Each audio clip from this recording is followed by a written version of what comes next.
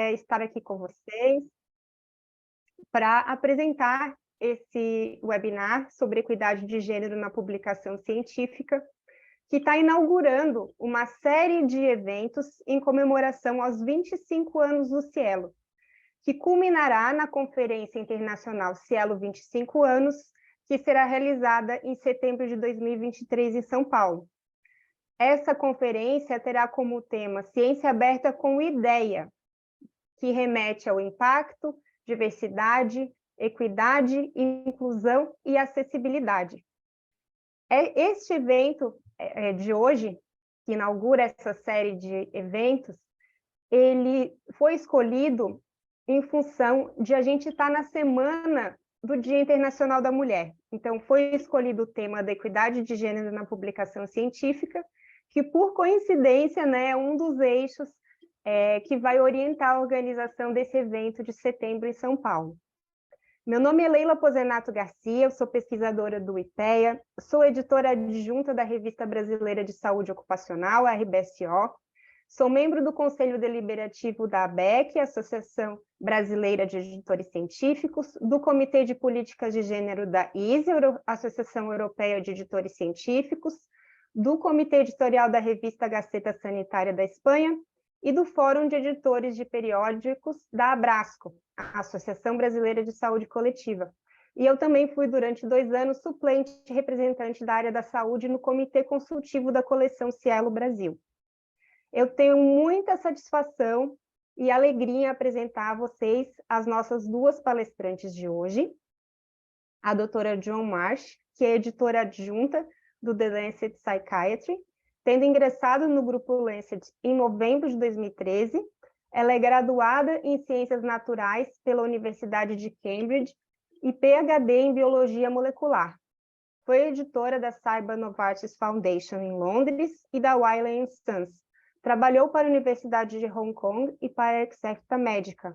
Fez parte do conselho da ISE por 12 anos, incluindo 6 como presidente. Atualmente, ela coordena o Comitê de Políticas de Gênero da ISE, a Associação Europeia de Editores Científicos, e também é editora da revista dessa associação, o European Science Editing. A doutora Ana Herédia é bióloga, possui mestrado em Ciências do Comportamento e Neurociências pela Université Paul Sabatier e doutorado em Ciências pela Université Libre de Bruxelles, na área de Ecologia Comportamental. Trabalhou por 10 anos com informação científica na Elsevier, onde também foi responsável pelo departamento de periódicos no Brasil. Foi diretora para a América Latina da ORCID e atualmente é consultora independente, membro do Comitê sobre Diversidade, Equidade e Inclusão da Society for Scholarly Publishing, SSP, e membro do C4DISC, que é a Coalizão para a Diversidade e Inclusão na Comunicação Científica. Antes de passar a palavra para os nossos palestrantes, eu gostaria de avisar que este webinar está sendo realizado em parceria com a ABEC, que é a Associação Brasileira de Editores Científicos, que tem trabalhado intensamente em prol do fortalecimento dos periódicos brasileiros e do desenvolvimento da ciência brasileira como um todo. E a ABEC, atualmente, principalmente do ano passado para cá, tem realizado diversas iniciativas e eventos relacionados ao tema da diversidade, equidade, inclusão e acessibilidade. Inclusive, no site da ABEC foi inaugurado um espaço, o Espaço DEA, onde podem ser encontrados diversos materiais sobre o tema, inclusive os links para esses eventos que foram organizados. Este evento também vai passar a fazer parte do acervo do site e outras fontes de informação de interesse que possam surgir futuramente. Também tenho alguns avisos do Cielo para dar. Lembrar que esse seminário está acontecendo com tradução simultânea em inglês e português e que os usuários podem alterar o idioma e para isso basta trocar o canal de áudio conforme o slide. Também informar sobre o código de conduta para os participantes, que está disponível no site do Cielo, mas que basicamente orienta para que todos os participantes, né, se comportem com cortesia, informar-lhes que o seminário está sendo gravado e que será disponibilizado no canal do Cielo no YouTube. E os slides também serão disponibilizados na página do seminário no site 25.cielo.org. Então, sem mais tardar, vou passar a palavra para a nossa primeira palestrante, a doutora Joan Marsh. Cada palestrante terá 30 minutos para a sua apresentação, depois nós teremos um debate com as perguntas do público. Doutora Joan, por favor. Thank you, Leila. Thank you, everyone, for this invitation to the 25 years of Cielo Publishing. It's a very exciting time. So here we are.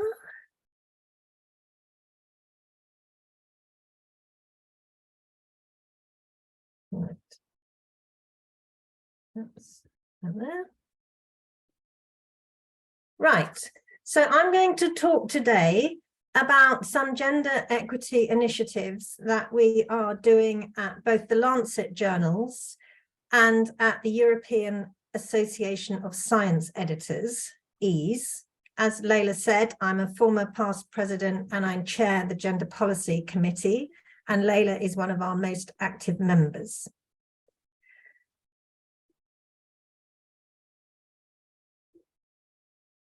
Right, so we have looked at addressing gender bias, by which, unfortunately, the bias is always in favor of men and in favor of white men in high-income countries. So we're looking at addressing that bias and trying to remove it or to weaken it in three ways. We're working with editors, with authors, and with reviewers, or how we as editors interact with those three groups. So the first thing is that we need to know the size of the problem. So we need to collect data. When we started monitoring data, we did it by guesswork. So I would look at my editorial board and I would think, well, he's a man and she's a woman. But it was my opinion based on having met them or on looking at a picture of them or which pronouns they used on their website. And then many of the big studies are just done using name recognition. So people will use an algorithm that looks at a first name and says, that's a man or that's a woman.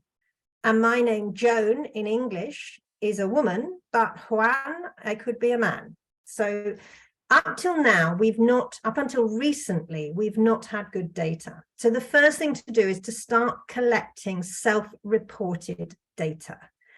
And we now have this option in Editorial Manager. So any of your journals that are on Editorial Manager, you should be able to collect these data. If your manuscript handling system doesn't allow you to collect these data, then talk to your publisher or your manuscript handling provider and see if you can start collecting data. Because until you know the size of the problem, or if there is a problem, you can't track if you have any efforts to address it. So in Editorial Manager, both our authors, our peer reviewers, they have the option to self-report as man, woman, non-binary or gender diverse, or prefer not to disclose. So we now have a pledge on our website. It's in our information for authors, it's in our reviewer invitations, and it's in our commissioning letters when we invite authors to write certain pieces. And this is for all the Lancet journals. We value diversity in all its dimensions. We are passionately committed to improving health equity. We recognize that many groups are underrepresented in research, including women, people of color, and socially disadvantaged populations. The Lancet Group is committed to increasing diversity and inclusion in research and publishing, and in particular, to increasing the representation of women and colleagues from low-income and middle-income countries among our editorial advisors, peer reviewers, and authors. So let's start with editors, because there's not so many of them. So this is how I used to monitor my editorial board. So we launched Lancet Psychiatry in 2014. We knew then that we wanted equal representation on the board, but we did not know enough good female psychiatrists or women psychiatrists who we wanted to invite onto our board. So when we started, we were quite imbalanced. And we invited people to serve for the first 2.5 years. So those numbers stay the same. And then each year we rotate some people off our board and invite others. And we gradually increase the number of women, decrease the number of men. And then since 2020, all Lancet journals have a commitment that we will have equal proportions of women and men on our editorial boards. So we now hover around 50% each. We actually at the moment have more women than men. And Elsevier, so the Lancet journals are published by Elsevier, and I also sit on committees within Elsevier looking at some of these tasks. And across the Elsevier journals, the proportion of women on editorial and advisory boards has increased from 28% when they started recording, and I'm not sure when that was, but it's now 35%, and they're committed to keep increasing this. And you can track, so Elsevier now displays these data on the journal homepage, and this is done for 1,500 journals, and this is self-report by the editor.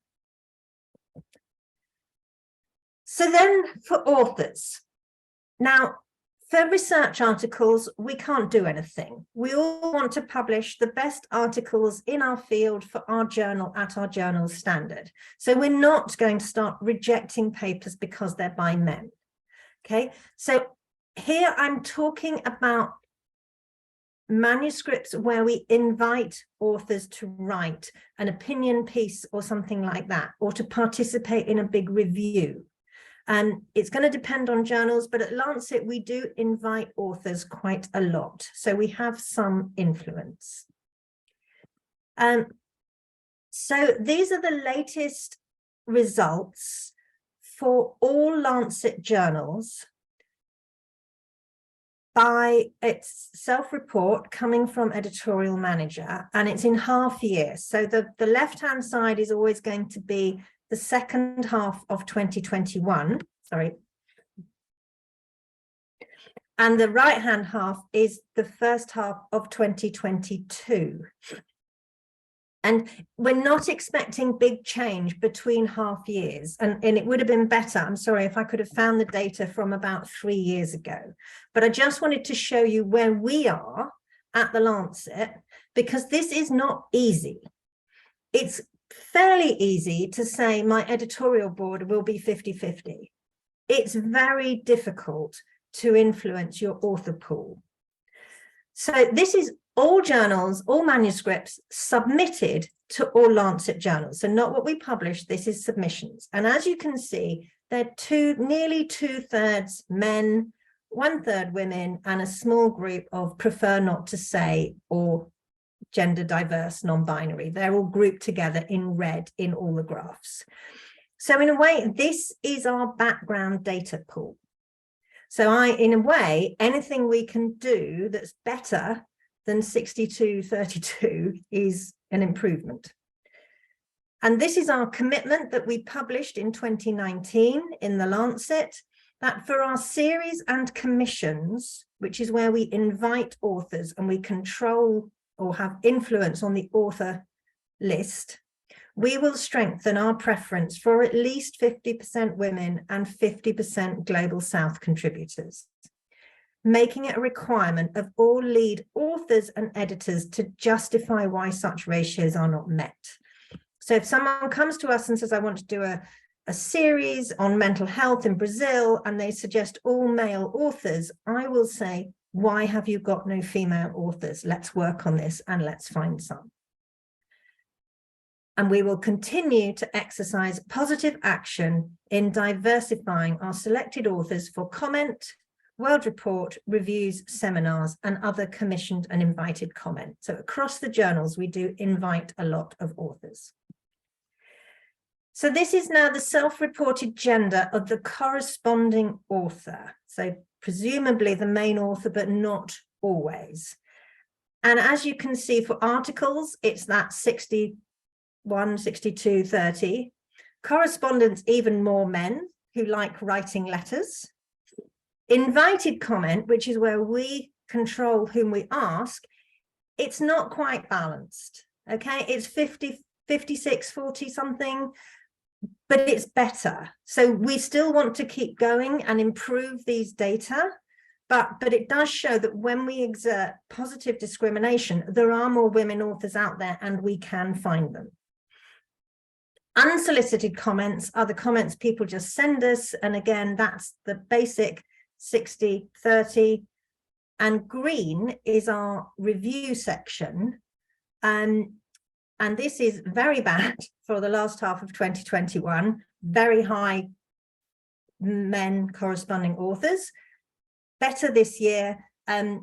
Green section papers, these are systematic reviews, big narrative reviews, series, commissions. They can take 2 or 3 years to come in. So half-year figures are not, this is not a trend. This is just a snapshot of what's happened recently. And then, as well as gender, we are also committed to increasing the diversity of where our authors do their research or where they come from. So we look at it by World Bank country income group. So low and middle income versus high income. And as you'll see, we've got a preponderance of high income country authors.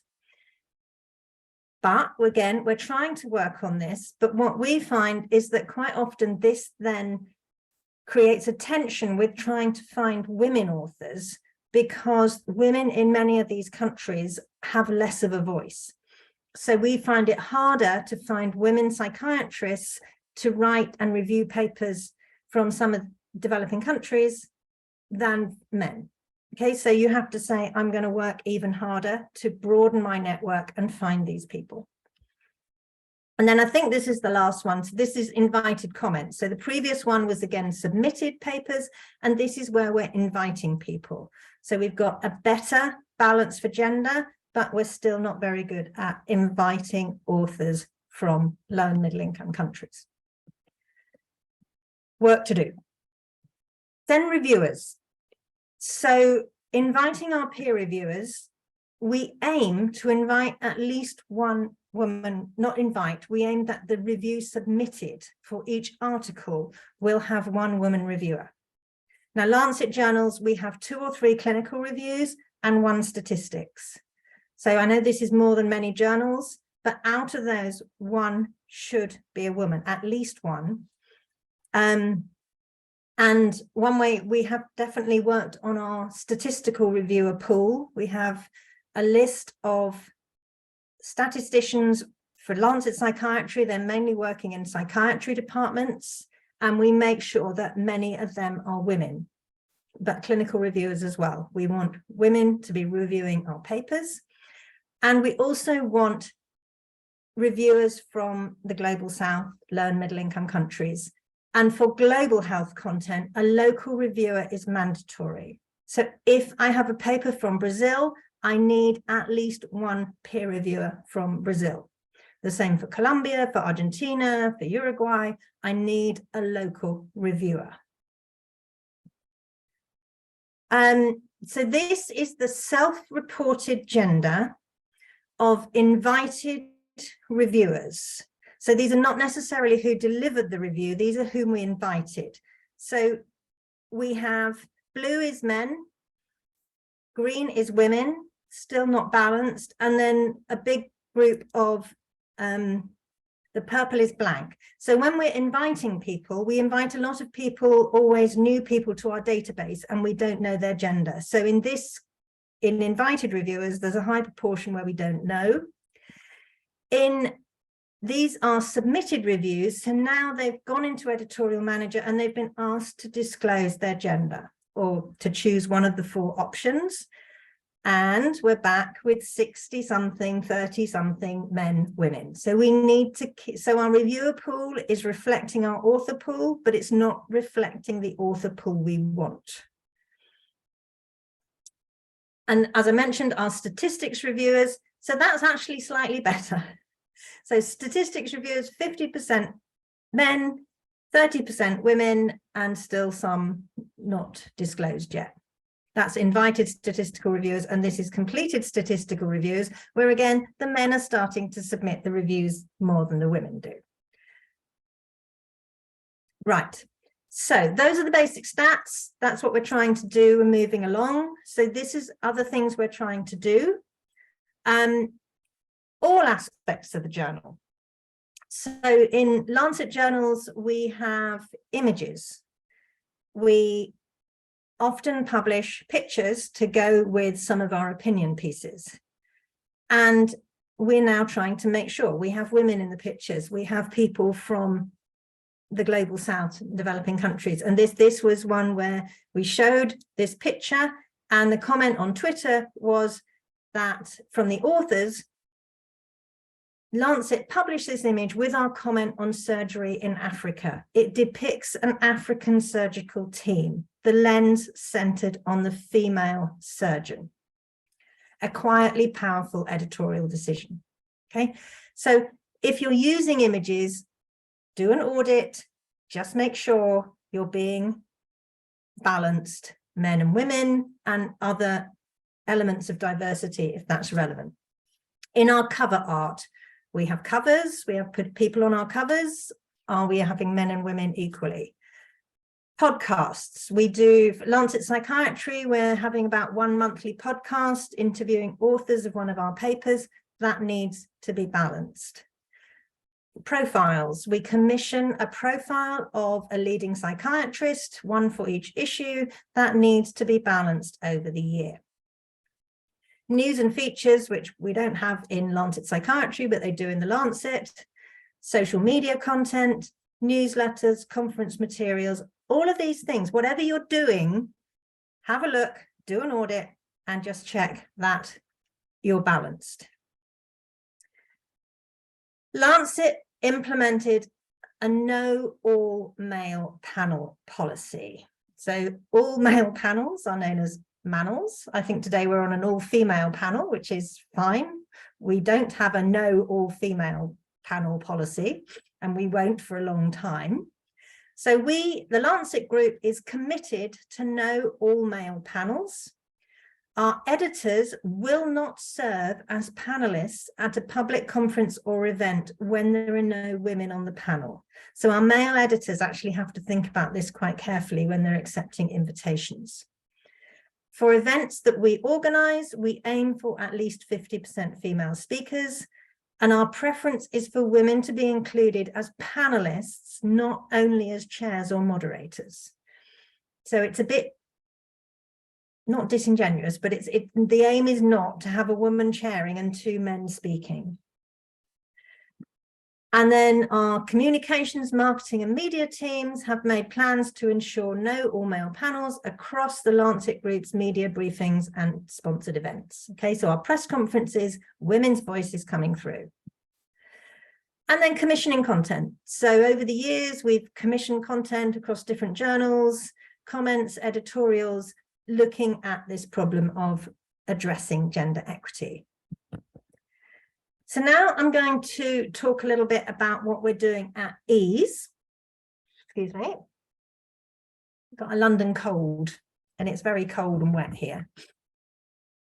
So the European Association of Science Editors had a gender policy committee, which I chair, and that has two working groups. One looking at sex and gender reporting, which is the SAGER group, and one looking at gender equity in the workforce.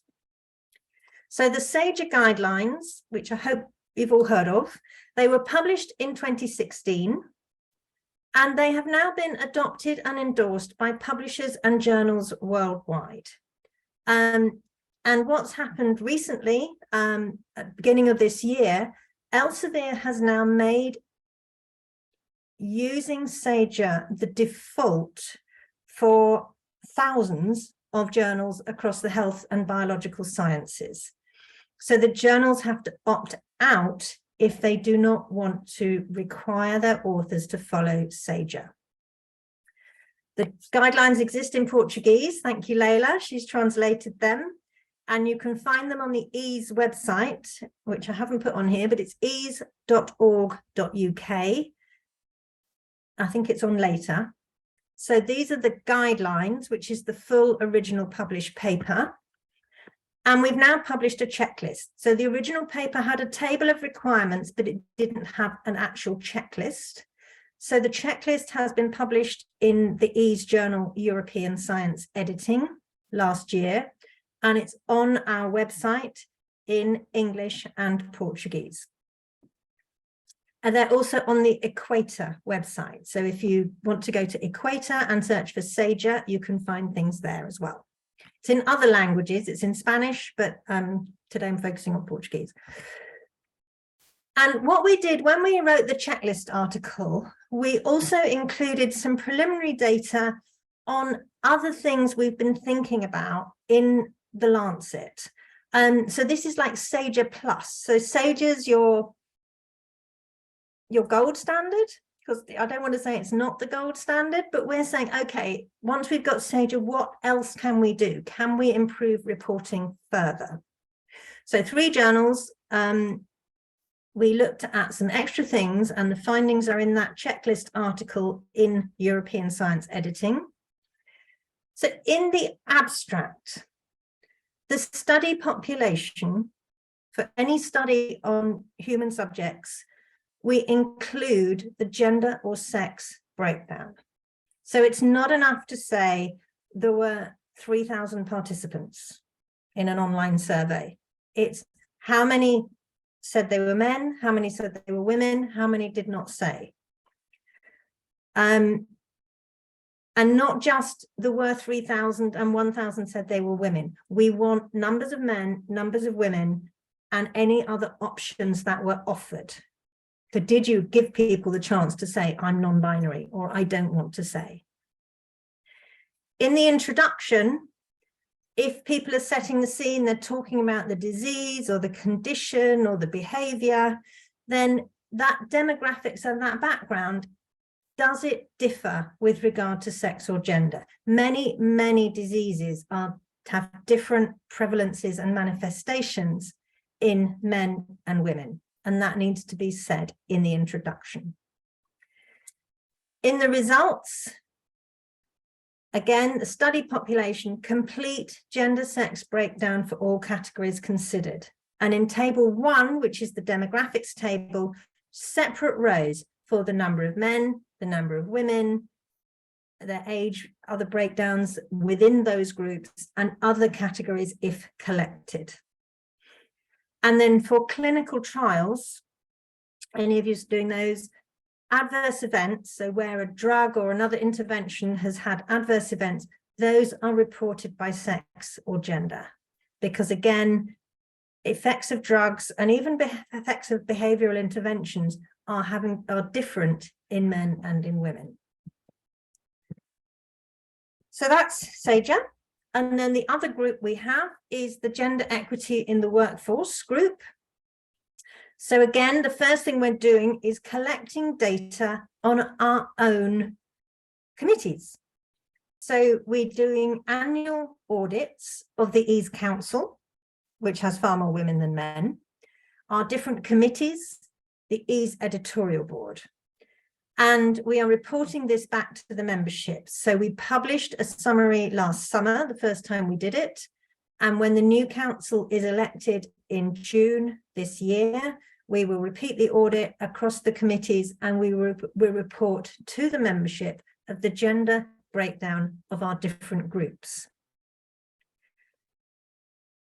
And then Matilda Hellman from Finland, who chairs the gender equity group, she is leading the group on writing an article on gender equity and organizational processes in science publishing. I've seen the draft, and we're aiming to publish or to submit to European Science Editing this year. I'm hoping it will be published before the end of the year, so keep an eye out for that. So that's it. Thank you, Leila. I don't know if we're doing questions now or at the end. I will stop sharing. At the end.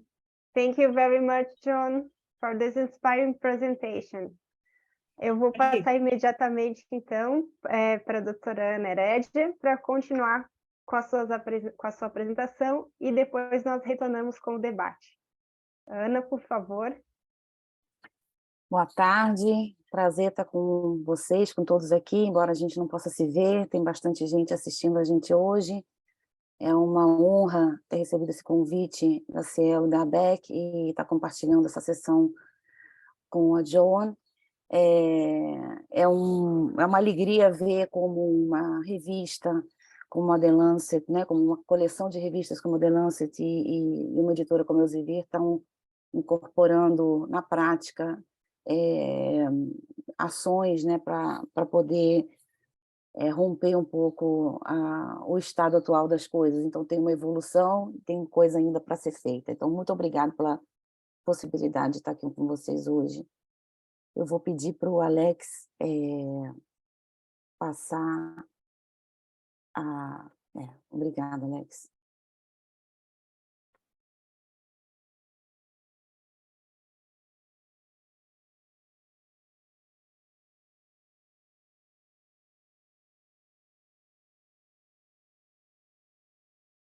Eu acho que tem que voltar um pouquinho para trás.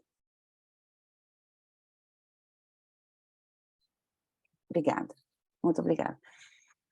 Então, quando eu recebi o convite para fazer essa palestra, fiquei um pouco em dúvida como abordar, porque tem muita coisa sendo dita, muita gente fazendo apresentações interessantes e como abordar a questão. Então, para começar, na verdade, eu resolvi colocar também equidade de gênero na publicação científica, além da diversidade, e ao longo da apresentação vocês vão ver que eu oscilo entre a diversidade, a equidade e o viés de gênero. Então, me perdoem os cientistas sociais, eu sou bióloga, e eu preciso estudar um pouco mais, talvez, todas essas definições. Mas, em todo caso, a ideia é falar um pouco sobre esses 3 aspectos.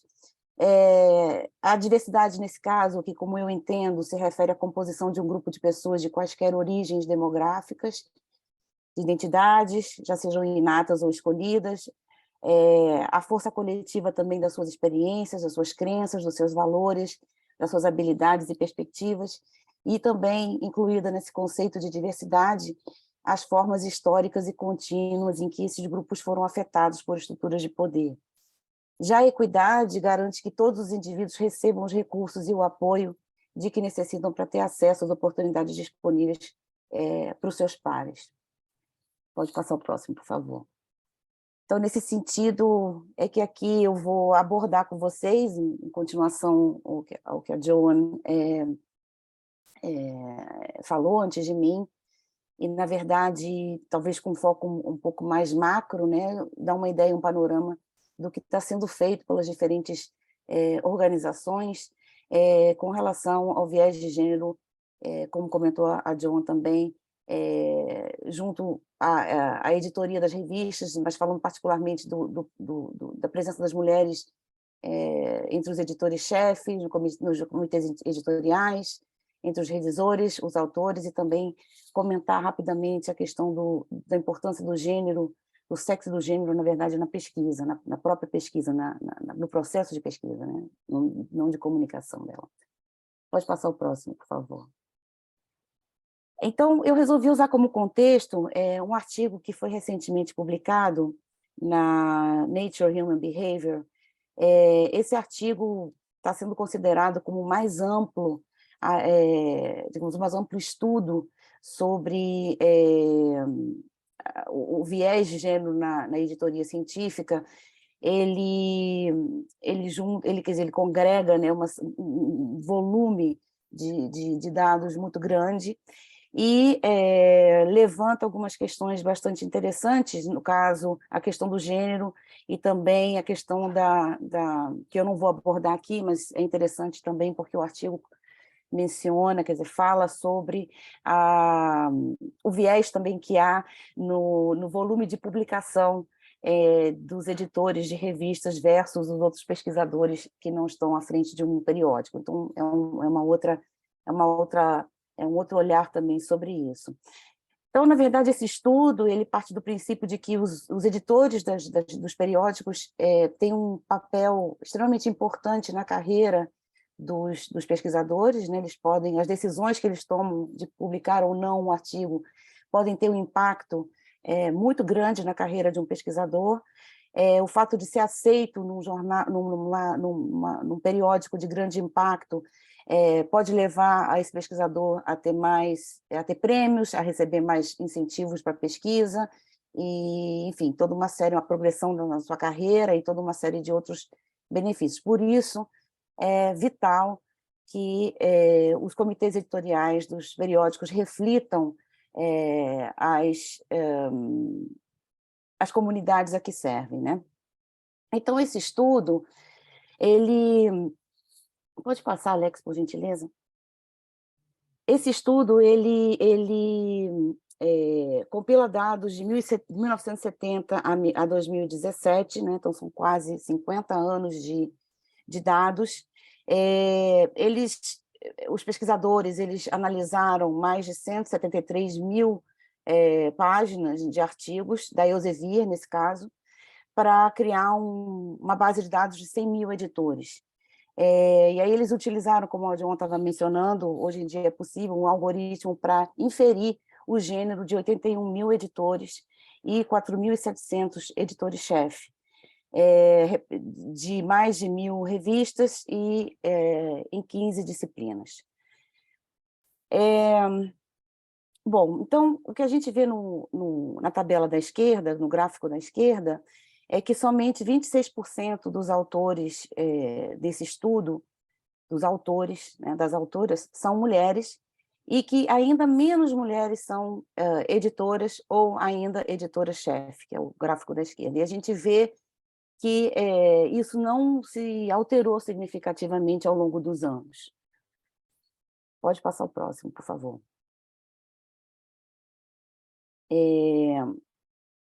Desculpa, você pode voltar? Na verdade, obrigada, Alex, só para complementar, esse gap, na verdade, ao longo do tempo, ele continuou estável, né?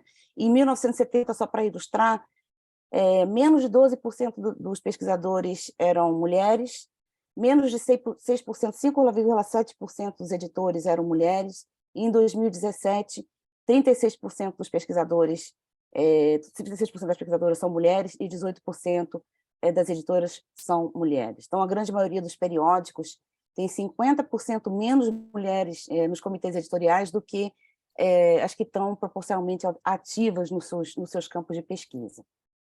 Pode passar ao próximo, por favor.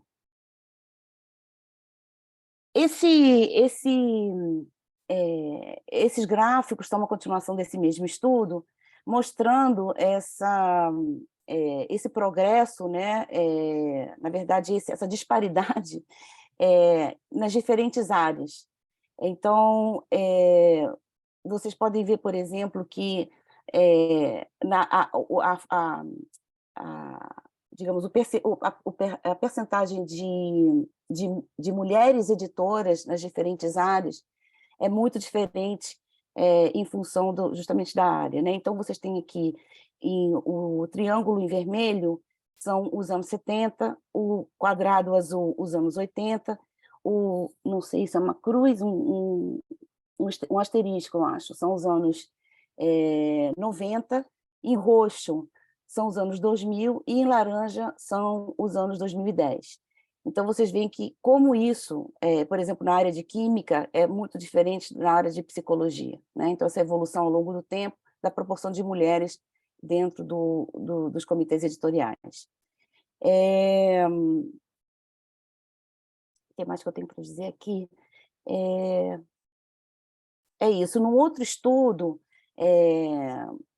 que levou em consideração 47 editoras, representando 427 revistas, somente 22% dos editores-chefe eram mulher. Tá? Pode passar o próximo, por favor. Um outro conjunto de dados, né, que eu estou chamando de contexto, na verdade, um pouco para contextualizar a situação, um pouco também o que estava sendo mencionado anteriormente, né, que agora a gente consegue ter um pouco mais de dados mais fidedignos ou inferir algumas informações por causa das capacidades tecnológicas, mas até há bem pouco tempo era muito difícil poder ter dados e informações concretas, né, sobre todas essas assimetrias.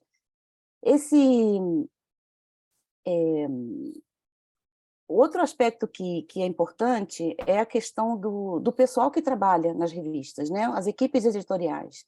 Quão diversas são essas equipes editoriais, né? Quão inclusivas elas são, né? Então, globalmente, somente 30% dos pesquisadores no mundo são mulheres, né? Então, de 8% na Etiópia até 52% na Argentina, 26% na França, essas assimetrias no mundo são bastante importantes. Na verdade, quando as mulheres participam da pesquisa, muitas vezes elas acabam sendo excluídas quando se chegam nos cargos mais... quando a gente fala de hierarquia, vamos dizer assim, quando se chega nos cargos mais altos. Então, uma pesquisa recente, que são os dados que eu estou mostrando para vocês aí, isso eu estou falando das editoras comerciais, estou falando das editoras internacionais, vamos dizer assim, esse não é o nosso panorama aqui na América Latina, porque a gente tem uma outra tradição, uma outra cultura de publicação, mas nas grandes editoras, 81% do pessoal que trabalha nas editoras é branco, e somente 76% são... desculpa, li aqui o número errado. Exatamente. Então, o que está dizendo esses dados é que, na verdade, as mulheres têm a metade da probabilidade de chegar aos cargos altos dentro dessas editoras do que os homens. Então, as principais conclusões, na verdade, desses estudos é que os líderes sêniores em publicações acadêmicas são mais propensos a serem mais velhos, homens e brancos, com um nível de mestrado. E, como eu estava dizendo anteriormente, as chances de alcançar uma posição sênior, né, nesse mercado das publicações acadêmicas são maiores para os homens brancos, sem qualificação de nível superior, do que para as mulheres negras com pós-graduação. Então, alguns dados que mostram também que as editoras estão trabalhando muito em diversificar o seu pessoal também como forma de, digamos, de compliance, né, com todas essas novas diretrizes. Pode passar, Alex, por gentileza. Aqui, nesse próximo, pode passar também. Nessa próxima sessão, vou simplesmente mostrar para vocês, mas isso está amplamente divulgado, a variedade, a amplitude dos estudos que estão sendo feitos na área. Então, a gente tem editoras que estão, como a gente ouviu a Joan falando, editoras e revistas e conjuntos de revistas que estão trabalhando ativamente nessas questões, tem artigos científicos sendo escritos, não só internacionalmente, mas aqui também. Pode passar o próximo, por favor? Aqui, simplesmente para ilustrar, né, o quanto essa questão está sendo discutida por todos os vieses possíveis, né? A questão do gênero, junto com a questão da etnia, são os dois focos da discussão, quando a gente fala de equidade, inclusão e diversidade na ciência, na publicação científica, mas elas não são as duas únicas questões, né? Tem muita publicação e muita produção para tentar entender os mecanismos, os vieses de fatores como língua, outras características físicas, a questão, por exemplo, da parentalidade, que eu vou falar um pouquinho, ou também algumas outras organizações estão considerando, por exemplo, as pessoas que têm que cuidar de idosos. Então, não só a questão da parentalidade, mas também outro tipo de compromisso familiar, né? Pode passar o próximo, por gentileza. Aqui no Brasil, simplesmente para salientar, provavelmente todos estão cientes, aqui a Leila justamente comentou sobre o recentemente criado Espaço DEA na ABEC, é um grupo de trabalho do qual eu faço parte, e a gente está começando a pensar e a ver como endereçar algumas questões. E a Cielo, que ano passado publicou uma atualização das suas diretrizes para a inclusão e permanência das revistas no catálogo, e que em diversos parágrafos, né, em diversas partes desse documento, a questão do gênero está levantada, mas eu salientei aqui em particular que, nesse sentido, então, no sentido do que eles estavam colocando, passa a ser critério de indexação de ingresso na coleção Cielo Brasil, que a composição do gênero dos membros do corpo editorial dos periódicos tenha pelo menos 25% de homens e pelo menos 25% de mulheres, e até o final de 2024, os periódicos devem ter uma política e uma prática de equidade de gênero nas condições da área temática. Tá? Então, a gente aqui no Brasil não está deixando nada a dever ao que está sendo feito lá fora, que inclusive um dos objetivos, né, dos exemplos que eu escolhi para essa apresentação é justamente também ilustrar os diferentes níveis de desenvolvimento ou de aplicação de ações concretas, ou seja, tem gente que está começando, tem organizações, tem revistas que estão começando, e tem outras que já estão bem avançadas nessa questão. Então, o importante, a mensagem aqui é simplesmente começar, o importante é começar a implementar, começar a pensar nessas questões dentro dos periódicos de cada um. Né? Pode passar, Alex, por gentileza.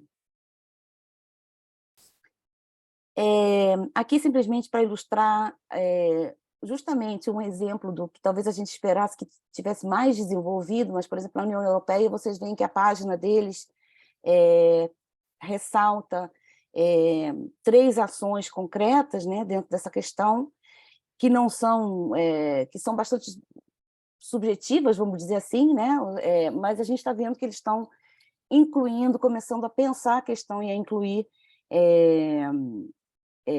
essas questões dentro das políticas. Então, aqui eu quis ilustrar com essas 2 telas, se vocês veem o caminho dentro do website deles, dessa informação, vocês conseguem perceber que não é que eles têm um departamento de diversidade, equidade e inclusão. Eles estão incluindo essas questões em tudo o que eles fazem, em políticas e em todas as instâncias, digamos, da União Europeia.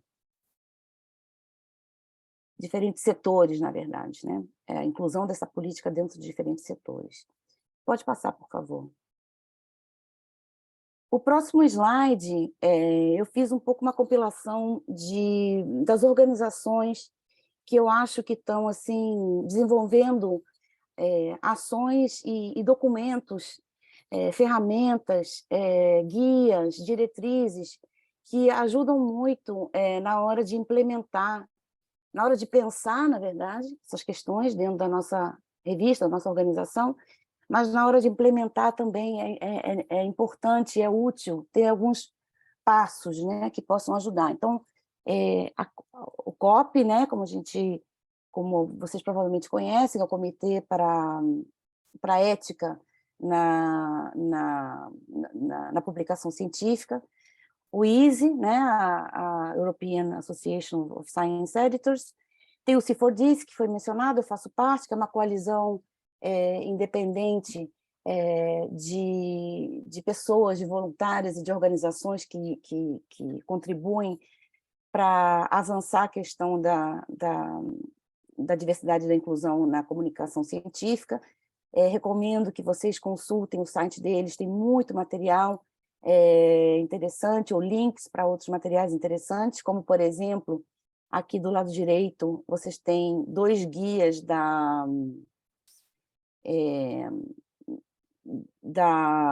ai meu Deus, agora me escapou, da Chemical Royal Society. Eles também desenvolveram uma série de materiais interessantes, muito visuais e muito úteis, na verdade, muito simples de usar, para começar a implementar algumas ações, e eles têm diferentes sessões, diferentes preocupações. Então, também recomendo que vocês consultem esse site da Royal Society, Chemical Royal Society. No mesmo sentido, a APA, né, American Psychological Association, eles também desenvolveram uma série de guias, de ferramentas para ajudar as organizações. E, por fim, a Sociedade de Publicação Científica, da qual eu faço parte, também tem um comitê IDEA e também está produzindo uma série de materiais interessantes, por exemplo, um toolkit, né, um mini, como é que chama, uma caixa de ferramentas para aumentar a diversidade, equidade, inclusão e acessibilidade no processo editorial. Então, esse documento em particular tem 2 objetivos, um deles é aumentar a diversidade e construir e desenvolver a inclusividade nos comitês editoriais e propõe umas recomendações para expandir a representação nos comitês editoriais. E o segundo propósito desse documento é fomentar uma maior equidade no processo de revisão por pares. Então, esse documento vai ter diretrizes para construir essa inclusividade dentro essa inclusão dentro do peer review, né, do processo de revisão por pares, e guias para remover viés no processo de revisão por pares. Pode passar o próximo. Aqui também a Publishers Association publicou um report, né, um relatório sobre essa questão. Também tem um plano de ação, propõe um plano de ação, e tem uma página com bastante informação bem interessante.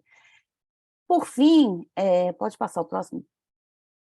Na questão da diversidade de gênero, eu não posso deixar de mencionar, embora todos os estudos, né, que eu tive a oportunidade de ver até agora, eles somente representam homens e mulheres. Então, eu aqui ressalto duas iniciativas que tratam da questão LGBTQI+, AIA+, e a questão da mudança de nomes. Então, essa questão explorando o lugar de trabalho, né, para o pessoal LGBTQIA+, na física, e alguns sinais de exclusão, digamos assim, no ambiente de trabalho.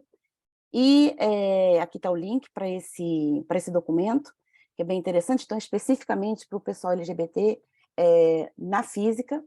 E uma outra iniciativa muito interessante, e eu tive a oportunidade de conversar com o pessoal da Wiley, porque eles vieram, na época que eu trabalhava na ORCID, eles vieram a nós também para conversar sobre isso, como é que a ORCID tratava a questão da mudança de nomes. Então, eles implementaram, então a Wiley implementou uma nova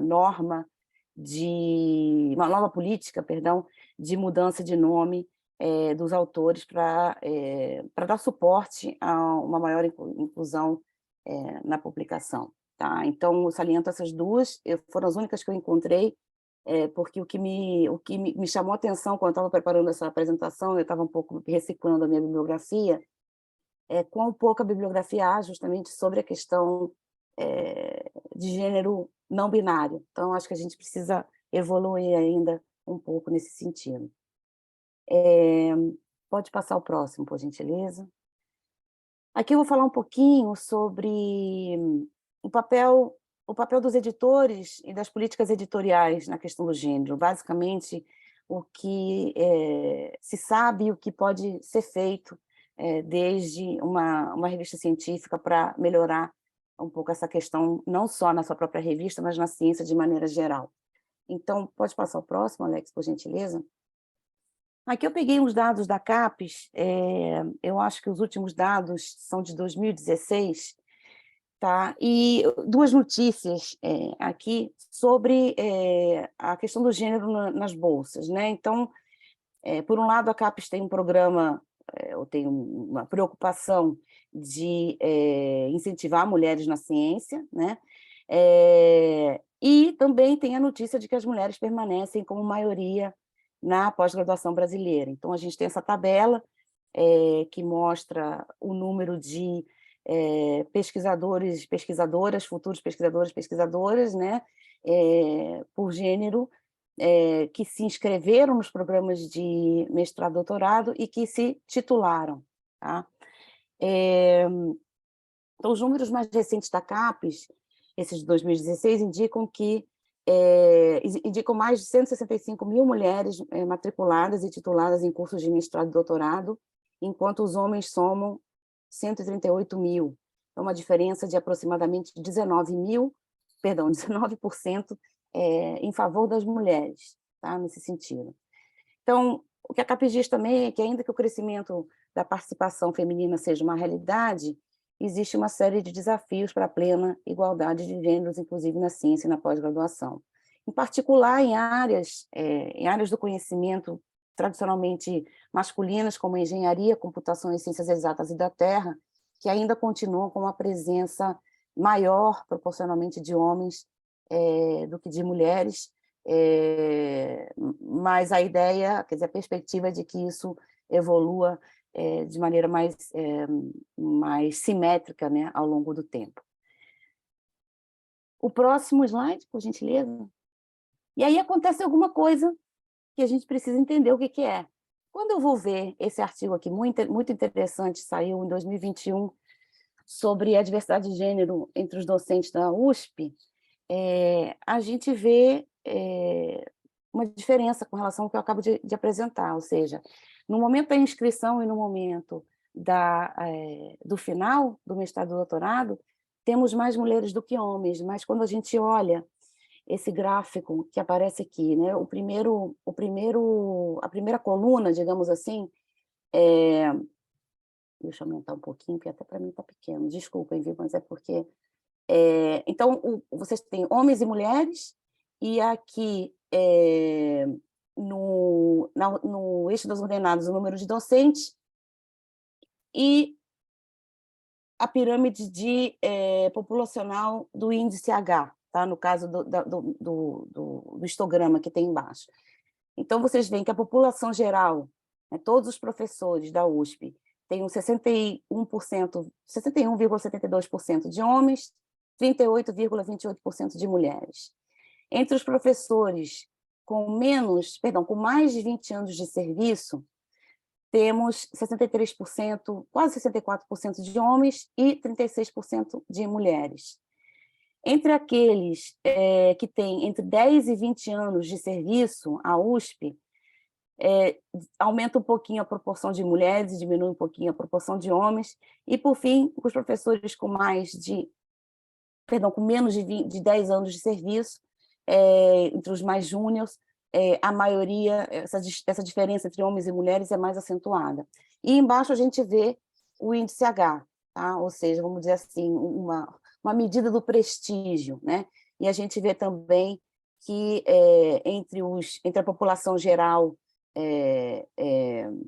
também vemos uma tendência que os homens têm um índice H maior, né? Mas que se repete, na verdade, nos outros grupos. Tá? Então, esse infográfico aqui, ele mostra, na verdade, né, que a produção científica da USP é marcada por uma desigualdade de gênero. Esse estudo foi feito pela Faculdade de Medicina de Ribeirão Preto e mostra essa diferença no impacto da produção científica entre os gêneros, e que, na verdade, se mantiveram iguais ou constantes e desiguais ao longo dos últimos 30 anos. Uma das conclusões é que justamente a produção da USP tem um viés de gênero. A grande maioria dos membros com alto impacto no corpo docente é do sexo masculino, um pouco o que eu falava anteriormente, ou seja, quanto mais tem a progressão, quanto mais a carreira progride, desculpa, eu estive falando espanhol esses últimos dias, progride, maior essa assimetria, né? Maior o gap, e que isso não vai mudar, a não ser que a USP tenha uma ação afirmativa consequente, porque isso não vai acontecer assim naturalmente. Tá? Então, um pouco para completar essa informação, podemos passar o seguinte, simplesmente para contrastar que nos Estados Unidos, o que eles estão constatando é que há uma diminuição do número de mulheres americanas ou de pessoas naturalizadas tendo o diploma de doutorado nos últimos 4 anos, tá? Então, a gente tem uma realidade um pouco diferente, mas o que a gente vê depois é que essas pesquisadoras, elas terminam o mestrado, terminam o doutorado, mas não necessariamente entram no corpo docente das universidades ou conseguem publicar em revistas de alto impacto. Pode passar o próximo, por gentileza?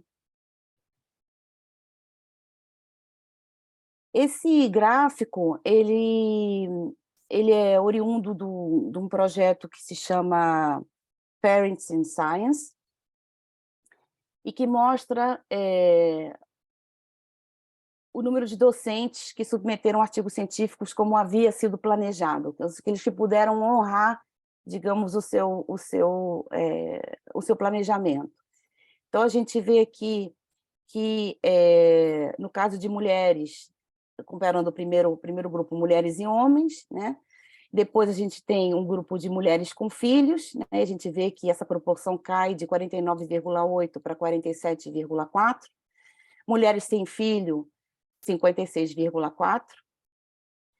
Homens com filhos, 65,3%, e homens sem filhos, 76%. Então, o que a gente vê claramente é que as mulheres, já de entrada, né, tem uma proporção menor de pesquisadores que conseguiram cumprir com o seu planejamento, e aquelas que têm filhos têm um impacto ainda maior. Tá? Então, eu acho que aí, talvez, estou levantando aqui para a gente conversar depois, mas talvez seja aí o gap, né? Aquela que a gente vê entre quando termina o mestrado e doutorado e depois a produtividade, né? No sentido dos artigos submetidos ou a entrada dentro de uma universidade. Pode passar o próximo, por gentileza? Esse é só para complementar, esse é um estudo feito com mais de 2.000 revistas, mais de 2.000 manuscritos e revisões de revistas da Elsevier, simplesmente para mostrar que o impacto que a pandemia teve, né, ainda mais sobre, isso todo mundo está ciente, mas eu achei interessante esse gráfico. Na primeira linha de colunas, né, na primeira linha de histogramas, a gente tem pesquisadores mais júniores, né, ou seja, aqueles que têm menos de 20 anos, se decorreram menos de 20 anos entre sua primeira publicação e esse momento da pesquisa, e na coluna de baixo, digamos, na linha de baixo, a gente tem os pesquisadores mais sênior, aqueles com mais de 20 anos de pesquisa. Então, a gente vê como... E as áreas, né? Então, a primeira coluna é medicina ou saúde e medicina, a segunda coluna é ciências naturais, a terceira coluna é física e engenharia, e a quarta coluna, ciências sociais e economia. Tá? E a gente tem aqui homens e mulheres, homens em roxo, mulheres em amarelo, e aqui a média da comparação entre 2019 e 2020 desse gap, né, entre homens e mulheres. Então, a gente vê aqui que na área de saúde e medicina não joga muito, digamos, a questão da senioridade, mas no caso das ciências naturais, a gente vê uma queda, né, e uma queda muito grande, realmente significativamente maior para as mulheres. Tá? Então, a conclusão desse estudo é que a primeira onda da pandemia teve um efeito, além de negativo, vamos dizer assim, um efeito potencialmente acumulativo, né, de vantagens com relação aos homens.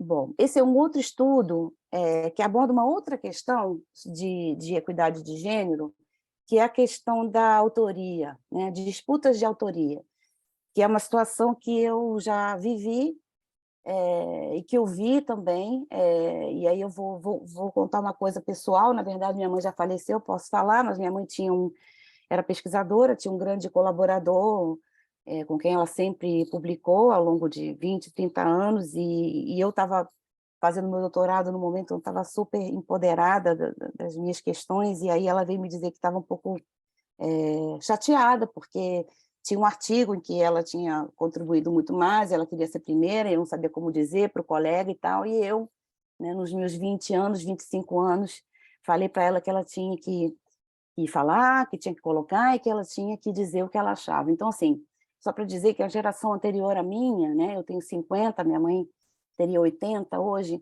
a geração anterior à minha ainda não conseguia nem discutir abertamente com seus colaboradores a questão da autoria. E a gente vê que talvez isso não tenha mudado muito, porque esse gráfico aqui que vocês estão vendo, se vocês olharem para a direita, né, não vamos nos ater muito no meio, porque são as áreas, tá? MSE, Ciências Naturais e Engenharia,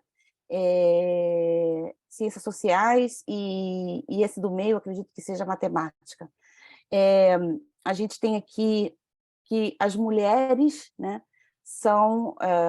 iniciam mais a questão da discussão sobre a autoria do que os homens, ou se queixam mais dessa questão, e, por outro lado, as mulheres têm tendência a falar disso mas no começo do trabalho, né, para estabelecer, vamos dizer, uma regra clara, e os homens têm tendência a mais deixar isso para o final do trabalho, na hora realmente de submeter o artigo e, de repente, impor ali a sua autoria. Então, uma outra questão para ser discutida, para pensar, e que eu pessoalmente vivi, e que vi minha mãe também, né? Então, me é particularmente próxima.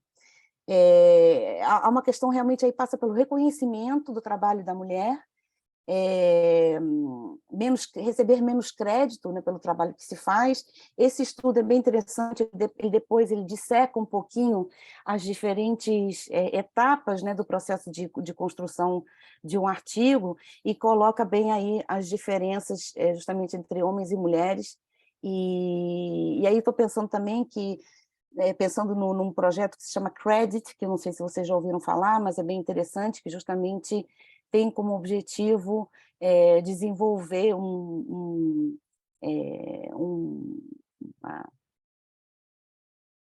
uma nomenclatura, digamos assim, para todas as participações possíveis dentro de um artigo científico, e que a cada autor seja atribuído exatamente aquilo que ele fez, né?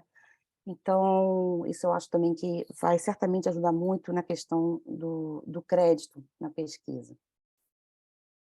Pode passar o próximo, por favor.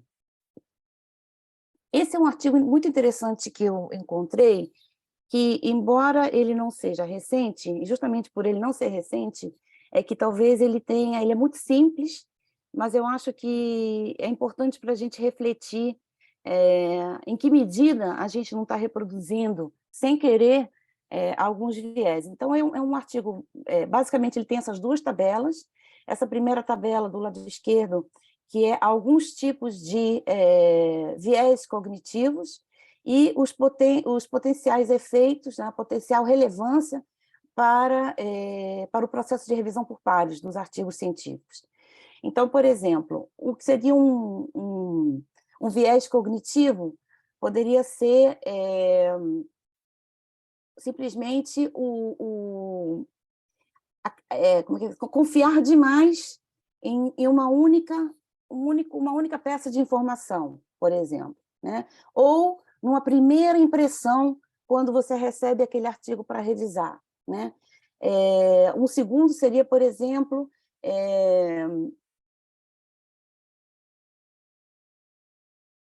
enfim, não vou ler tudo aqui, eu só coloquei dois, mas é simplesmente para a gente pensar, né?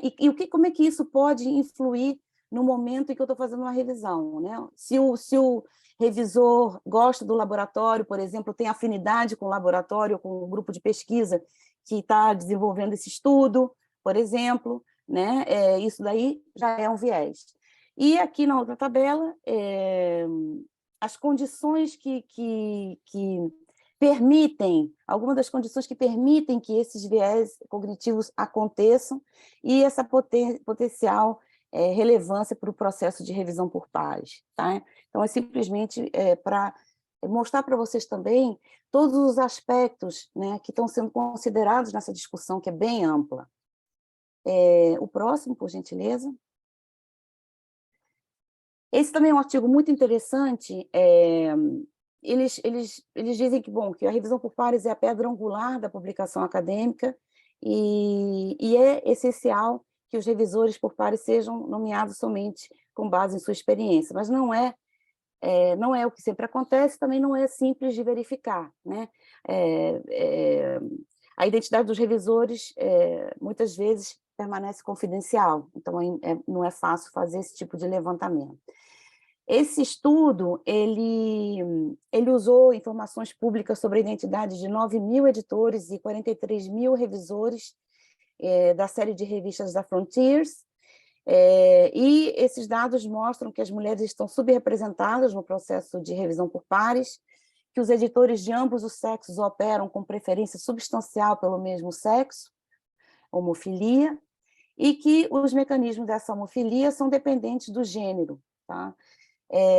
Também uma conclusão desse estudo é que essa homofilia persistirá, mesmo que a paridade numérica entre os gêneros seja atingida, e destaca a necessidade de maiores esforços para combater formas mais sutis de preconceito de gênero nas publicações acadêmicas. Tá?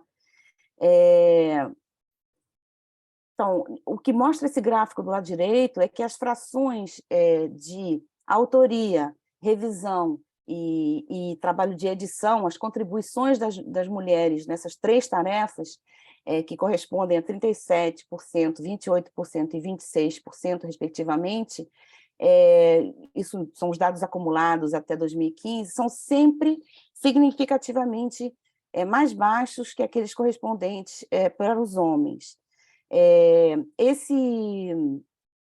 Essa simetria, né, entre homens e mulheres, entre a contribuição de homens e mulheres, ela piora, na verdade, na medida em que há um aumento da hierarquia do peer review.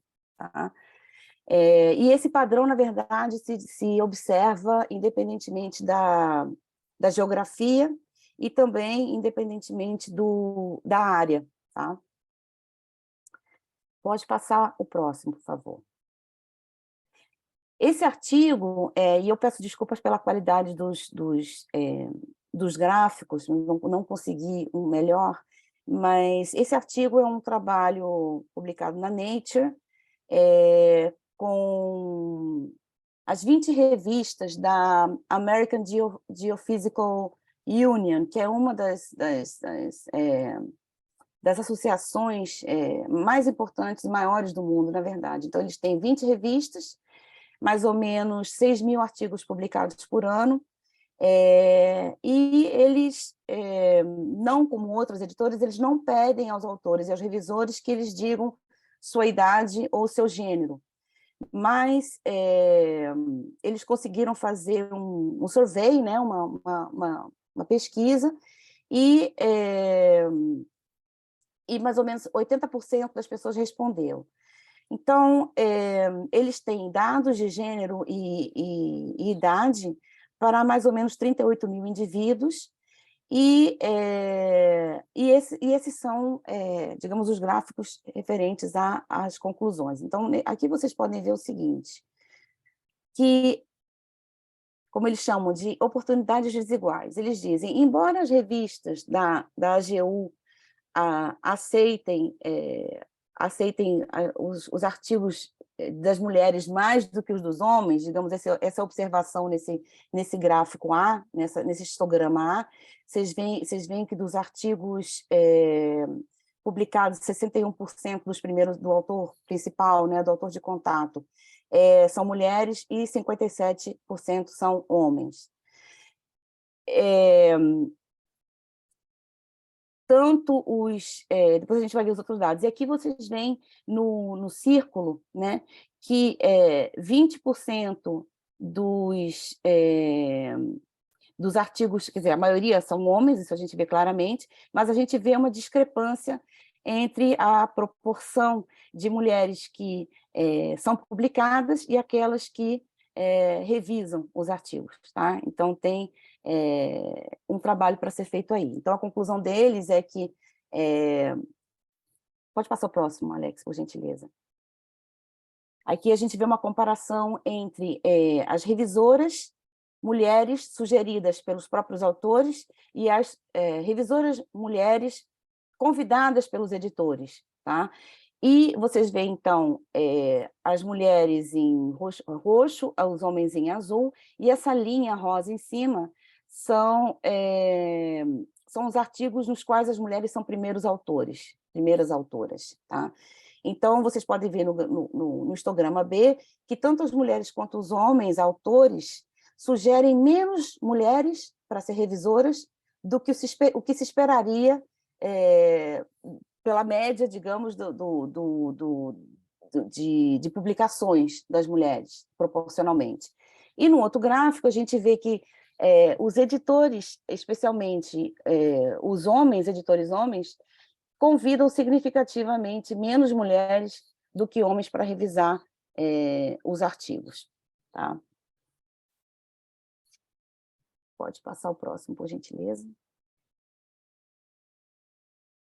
Esse aqui é simplesmente para ilustrar outro estudo que mostra que, e esse slide aqui eu roubei da professora Leila, de uma apresentação que eu recomendo que vocês consultem, tem muito material interessante, inclusive foi um desafio para mim fazer uma apresentação que seja complementar e que não repita o que ela disse, porque foi sobre gênero, então foi esse desafio, eu resolvi usar esse gráfico aqui, simplesmente para mostrar também a assimetria, né, de gênero na questão dos prêmios científicos. Tá? Pode passar o próximo? Simplesmente para ilustrar, pode passar o próximo também, eu simplesmente vou citar esse estudo e algumas iniciativas que estão em curso no que se refere à importância de considerar o sexo e o gênero na pesquisa, no momento de conceber a pesquisa, no momento de desenvolver a pesquisa. Então, não vou entrar no detalhe aqui desse artigo, mas, na verdade, ele mostra como o fato de não ter considerado o sexo digamos, das amostras, né, em um momento inicial da pesquisa, como isso levou a conclusões distorcidas no final do trabalho. Tá? Pode passar o próximo, por favor. Nesse sentido, eu mostro aqui um estudo, essa verdade aqui é uma atualização de um grupo que se chama Gendered Innovations, então são inovações no gênero nas ciências, na saúde e na medicina, na engenharia e na ecologia, né, nas ciências ambientais, e eles colocam aqui algumas enfim, dos pilares do projeto, tá? Mas é uma organização que está justamente trabalhando em prol de levantar a questão da importância, né, do gênero na pesquisa. Pode passar o próximo, por gentileza. Então, o próximo são as diretrizes SAGER, né, que a gente acabou de falar, quer dizer, que a Joana acabou de falar, a importância do sexo e da paridade de sexo e gênero na pesquisa, né? Então, não só salientar as assimetrias, mas propõe, né, ações que os editores podem ter. Então, por exemplo, aqui eu botei esse gráfico que eu achei muito interessante. Então, a primeira pergunta, tema do estudo, sexo e gênero são relevantes para o tema do estudo? Sim ou não? Então, se não, justificar por que não são relevantes. Se sim, responder as questões 2, 3 e 4, que são com relação aos dados, todos os dados foram relatados, desagregados por sexo e gênero. Número 3, desenho do estudo, a consideração de sexo e gênero ou sua ausência foi descrita no desenho do estudo. Número 4, discussão e limitação. A análise baseada em sexo e gênero ou sua ausência foi mencionada e discutida na sessão de discussão e limitações. E aí a conclusão é que os editores que monitoram, realizam a triagem devem contatar os autores para assegurar que essas questões sejam abordadas antes que o artigo seja enviado aos revisores. Tá? Então, isso não é uma questão menor, e os editores e suas políticas editoriais têm um papel super importante nisso. Eu vou apressar um pouquinho o passo. Por fim, comento aqui Gendro, que é uma outra iniciativa. Pode passar mais 2, Alex. E um pouco na prática, né, eu vou me ater um pouquinho mais às recomendações do COP, né, que é o Comitê de Ética em Publicação. Eles têm um documento de discussão sobre diversidade e inclusão e algumas conclusões e talvez algumas ações sugeridas, né? Eles dizem: práticas discriminatórias na concepção ou na implementação da pesquisa podem resultar no tratamento antiético de certas pessoas na pesquisa com sujeitos humanos ou participantes. A representação de gênero entre os funcionários da publicação, funcionários é uma má palavra, mas assim, o pessoal que trabalha na publicação acadêmica não é equilibrada, com lacunas na representação equitativa para pessoas não brancas, pessoas com deficiências e pessoas com identidades de gênero diferentes. Pesquisas sobre composição dos comitês editoriais sugerem vieses contra as mulheres e fatores geográficos que favorecem autores da América do Norte e da Europa, e fiquei muito feliz de ouvir a Joan falar que eles estão trabalhando essa questão, justamente, da geografia. O viés e o preconceito injustificado na revisão por pares ou na tomada de decisões editoriais não representam as melhores práticas rigorosas na busca do conhecimento. Características compartilhadas entre autor e revisor têm um impacto na revisão por pares e nos resultados da publicação. A exigência de língua inglesa por parte das bases de dados indexadoras pode ser catalisadora e sustentar comportamentos, uma vírgula errada, sustentar comportamentos de publicação tendenciosos, discriminatórios e desproporcionais. Por fim, o compromisso com princípios éticos de diversidade, equidade e inclusividade devem incluir o desenvolvimento e a implementação de políticas de diversidade, equidade e inclusão. Pode passar o próximo, por gentileza. Aqui, simplesmente, algumas sugestões, né? Eu acho que é muito importante garantir que a inclusão e a diversidade estejam integradas nas atividades editoriais e no planejamento estratégico. É importante que se entenda a diversidade demográfica dos autores, editores e revisores, tais como gênero, geografia, etnia. É importante reconhecer as barreiras que alguns autores, editores e revisores pertencentes a minorias podem enfrentar na publicação e tomar medidas nesse sentido. É importante definir e comunicar as responsabilidades específicas de autores, o que se espera dos autores, o que se espera dos editores, dos revisores e da equipe editorial com relação a essas questões, revisar regularmente o processo de escolha de editores e comitês editoriais para captar o mais amplo espectro possível de talentos e também relatar publicamente os progressos com relação a todas essas questões, pelo menos uma vez por ano. O seguinte é o meu último slide, que simplesmente são as minhas conclusões. A gente vê que é evidente que a questão da equidade de gênero na editoria científica está sendo estudada, está sendo olhada sob todas as costuras, e novos dados surgem todos os dias, sobre todos os papéis que estão envolvidos na autoria e no processo editorial. Fica claro também que essa diversidade de gêneros é um conceito bastante restrito na publicação científica, englobando somente 2 categorias, homens e mulheres, ou macho e fêmea. Ainda há muito a se fazer para aumentar a diversidade de gênero das equipes editoriais e dos revisores de periódicos. Esse é um processo contínuo de reflexão individual e de ações coletivas, mesmo que pequenas. E é isso que eu tinha para dizer para vocês. A apresentação vai ser compartilhada. No final da minha apresentação tem umas 3 slides com links e mais informação sobre a questão. Muito obrigada e estou ansiosa para saber o que essas reflexões despertaram em vocês. Obrigada. Obrigada, Ana, por essa apresentação tão rica. Vamos, então, para as perguntas. Já temos algumas que foram colocadas aqui no chat, mas novas perguntas ainda são aceitas. A primeira pergunta é da Maria Amália Penabad Camacho, para a doutora Joan Marsh. Qual foi o resultado da recuperação de dados das pessoas autoras que se autodenominaram não binárias? E uma outra pergunta também, da mesma pessoa para a doutora John. A partir de algumas disciplinas, é mais complexo alcançar a paridade na participação de revisores segundo o sexo?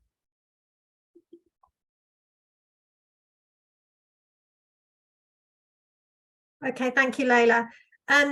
In terms of the numbers, choosing either prefer not to say or gender diverse, non-binary, it's under 2%.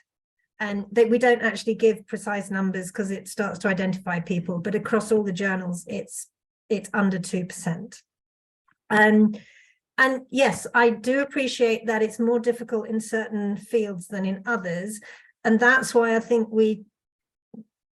you need to choose your target. So your target is either, I want my journal to reflect my field as it is now. So you find your data and you say, okay, if my field is 80-20, I'm satisfied with 80-20. Or you say, I want to be a leader in my field and I want to change things. So if my field is 80-20, I'm going to aim for 75-25. You know, so don't say I can't do anything. So you should aim for your journal to at least match your field, and then it's up to you if you want to try and be a leader and lead the way in your field. Obrigada, John.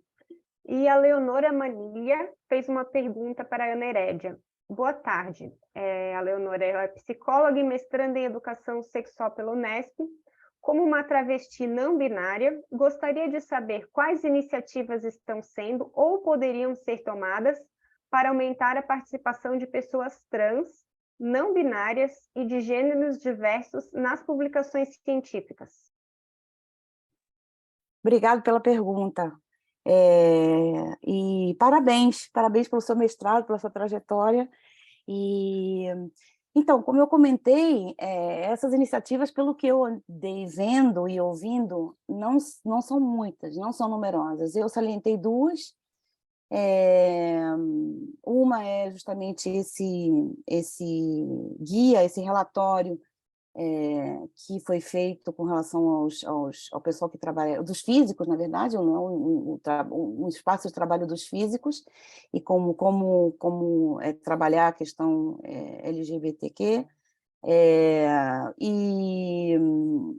e a questão a Wiley, que tem uma preocupação em atender esses autores na questão da mudança de nome, né? Então, por exemplo, eu acho que, em primeiro lugar, seria mais organizações, mais editoras se preocuparem com essa questão e tomarem atitudes claras com relação a isso, nem que seja colocar no seu editorial, acolhemos, recebemos, gostamos e queremos todo tipo de publicação, de todo tipo de pessoa, etc., né? Nem que seja colocar alguma coisa nesse sentido. E a questão da Wiley, que está preocupada realmente, porque já recebeu de autores, de gente que já havia publicado, então o artigo já está publicado, mas a pessoa mudou de nome e quer mudar seu nome lá nas publicações lá de trás.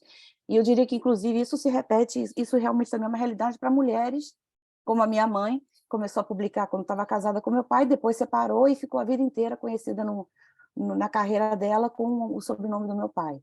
Então, e também teria gostado de poder mudar de nome. Então, o que eu posso dizer também, outra perspectiva que eu tenho, é ter trabalhado na ORCID, que é um identificador para pessoas, mas que justamente permite que cada um coloque no seu registro ORCID como quer ser chamado, como é seu nome de guerra, vamos dizer assim, né? Então, meu nome de guerra é Ana Herédia. Eu comecei a publicar, eu falei, eu quero só ter 2 nomes, não quero ter esses nomes no meio para não complicar. E agora o problema é que tem muitas outras Anas Herédia, quando eu comecei a publicar não tinha, mas agora tem. Então, a questão é uma questão complexa, tá? Mas eu acho que o primeiro passo é o reconhecimento por parte das revistas, dos editores, de que essa é uma questão que merece ser considerada e que merece ser endereçada, pensada e resolvida, vamos dizer assim. E um mecanismo como o da ORCID, justamente, você consegue ali, como autor, colocar como você quer ser chamado. Tá? Então, é isso, eu acho que a gente precisa conversar, discutir mais, trazer mais para a mesa essa questão em particular. Obrigada, Ana. A Paula Cristina Mendonça comenta: vai ser necessária uma atualização dos sistemas de submissão de manuscritos. Por exemplo, o sistema OJS é fechado para alterações relativas aos campos de como a pessoa se identifica. É verdade, né? O OJS é fechado, mas o Scholar One recentemente teve uma atualização para isso. Esses dados que a Joan mostrou também, né, das revistas da família The Lancet, puderam ser trazidos à tona justamente porque eles modificaram os seus sistemas. O que eu estou sabendo é que o Cielo, juntamente com a ABEC, vai promover um encontro de desenvolvimento do OJS no segundo semestre deste ano, e que na última reunião que nós tivemos da ABEC foi colocado, né, que um ponto interessante para ser alvo desses desenvolvimentos é justamente essa atualização para incluir, né, essa auto-identificação dos autores. Vocês gostariam de comentar mais alguma coisa sobre esse ponto? Ok, então, vou passar para a pergunta da Cristiana Franco. Ela pergunta para a Ana Herédia: se a professora teria alguma informação sobre a discussão de gênero na CAPES ou no CNPq? Como essas instâncias estão se organizando para a discussão de gênero na pesquisa científica? Olha, obrigada pela pergunta, que é bastante relevante. Não sou a pessoa, talvez, adequada para perguntar isso, porque o conhecimento que eu tenho é o mesmo que todo mundo vê.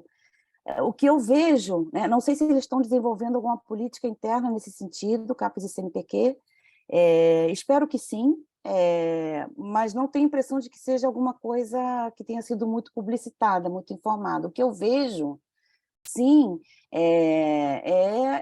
digamos, um reconhecimento da questão, né, como eu mostrei no meu slide, que a CAPES tem dados, né, e analisa seus dados sobre as inscrições no mestrado e doutorado e as defesas, né, o produto final disso, que o CNPq tem políticas de fomentar mulheres na ciência, a CAPES também, mas eu não sei dizer de uma forma mais ampla se eles estão... talvez alguém aqui talvez professor Sigmar, professor Abel, tenham alguma informação mais precisa sobre essa questão.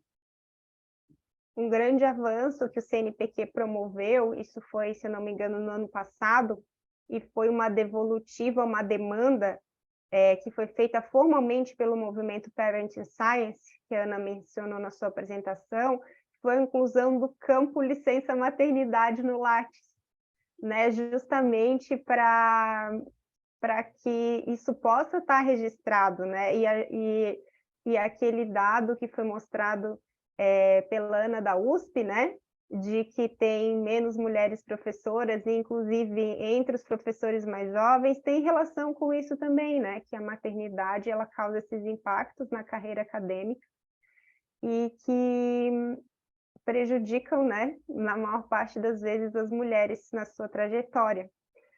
Só vou fazer um esclarecimento para a Joan: a CAPES e o CNPq são os órgãos de fomento à pesquisa e a pós-graduação também, que são responsáveis por pagar as bolsas de pós-graduação no sistema brasileiro de pós-graduação, são órgãos do nível federal. Vou perguntar para a Joan se no Reino Unido, né, por exemplo, onde ela está localizada, os órgãos de fomento têm ações específicas para a promoção da equidade de gênero na pesquisa e na publicação?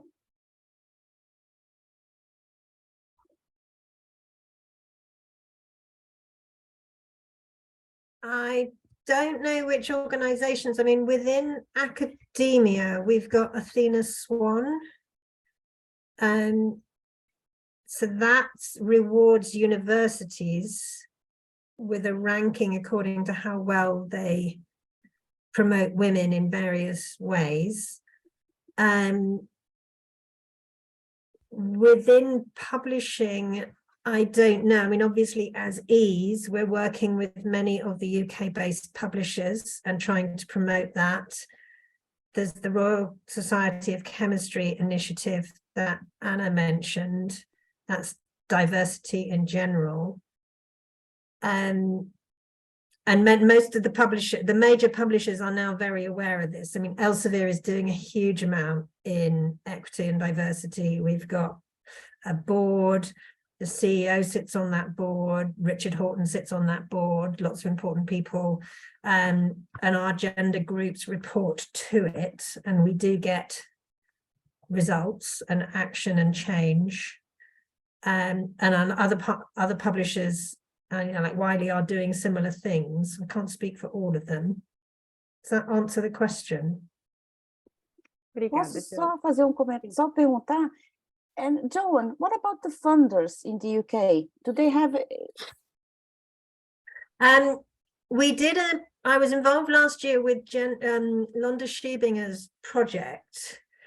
So Londa Schiebinger of Gendered Innovations with the Wellcome Trust surveyed public funders globally, and that was the paper that was published in Science.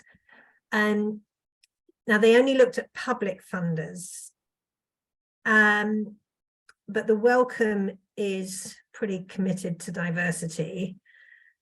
And I think the UK funders came out quite well, but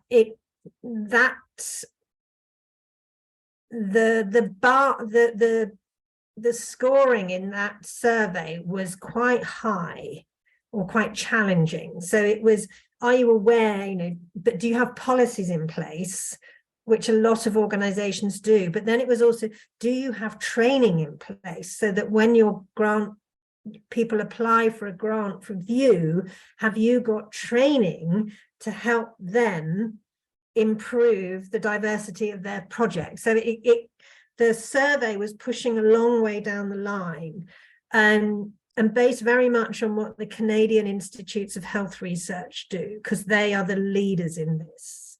So if you're looking for a really good funder, look at the Canadian Institute of Health Research.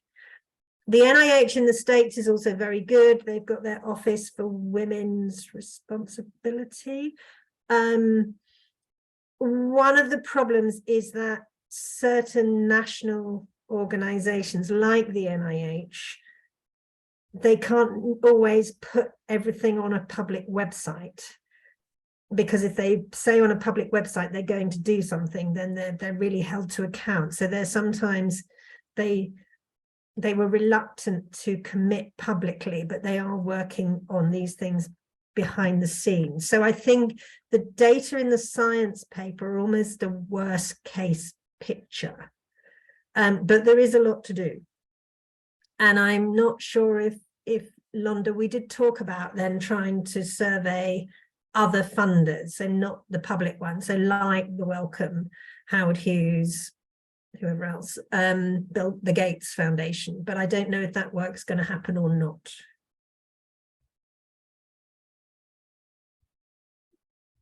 Obrigada.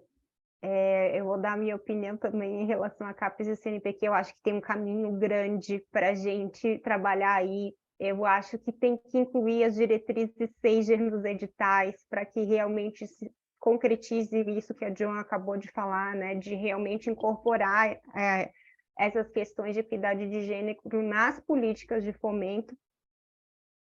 E uma coisa que é bastante importante também é a questão do viés implícito, que foi mencionada na apresentação da Ana Herédia, e tem um trabalho muito legal que foi feito pela Letícia Oliveira, da Universidade Federal Fluminense. Ela é neurocientista e ela é uma das coordenadoras do movimento Parenting Science, que mostra, né, a influência do viés implícito prejudicando, né, muitas vezes justamente as mulheres, e isso acontece não só nas revistas, mas também na avaliação dos projetos que vão receber financiamento.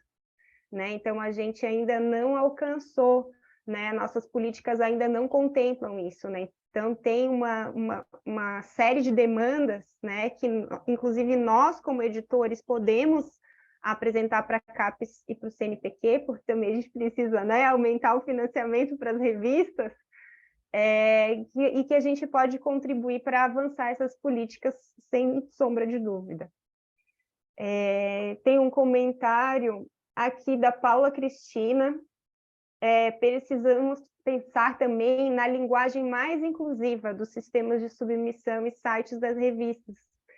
Até Alex e professor Sigmar, né, um dos temas de webinar que nós pensamos para propor neste formato, né, dos eventos pré-conferência Cielo foi justamente esse tema da inclusão, da linguagem inclusiva. Vamos ver se a gente vai conseguir fazer esse próximo evento.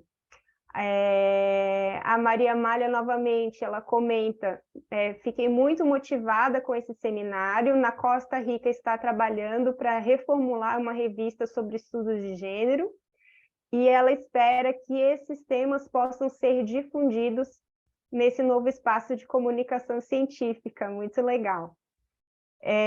A Ivanilde Benedito também comenta: sou coordenadora da área de biodiversidade da CAPES e tem havido preocupação quanto à equidade em todas as reuniões que ela tem participado, inclusive a sua própria indicação, e ela acredita ter sido pautada por essa necessidade de maior proporção feminina também.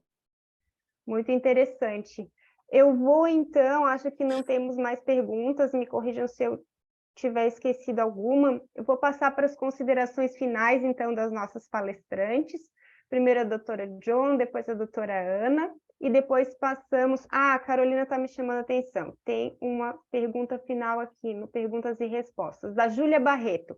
Me chamo Júlia Barreto, do Departamento de Ecologia do Instituto de Biologia da USP. Tenho uma pergunta para as palestrantes. Hoje falamos com muito mais de maturidade e dados que mostram a desigualdade dos números, da proporção de mulheres no sistema científico, mas queria que comentassem sobre uma questão pervasiva, que parece mais cultural e estrutural, que é o apoio da comunidade às mulheres que estão presentes e que tentam permanecer. Vocês acreditam que tratar apenas do número presença de mulheres é suficiente? Como podemos contribuir para o apoio e o prestígio?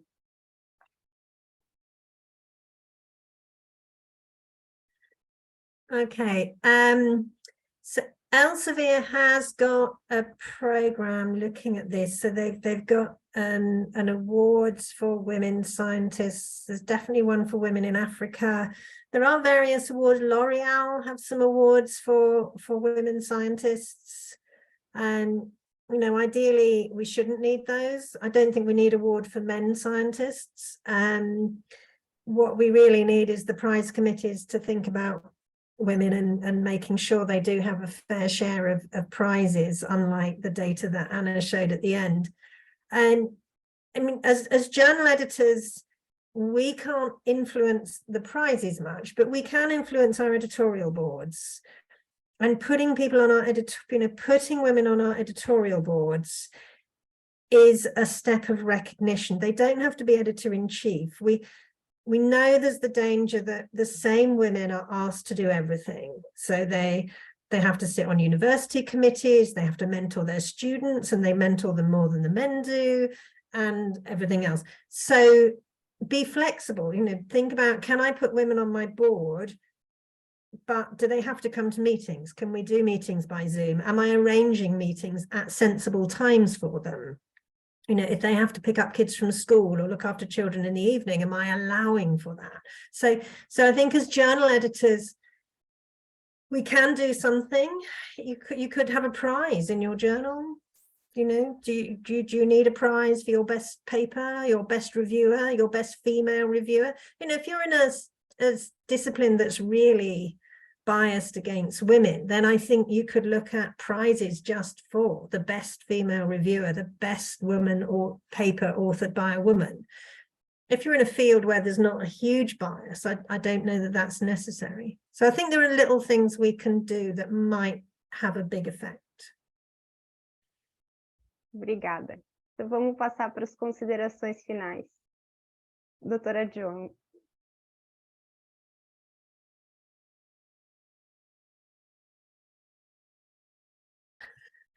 You want my closing remarks?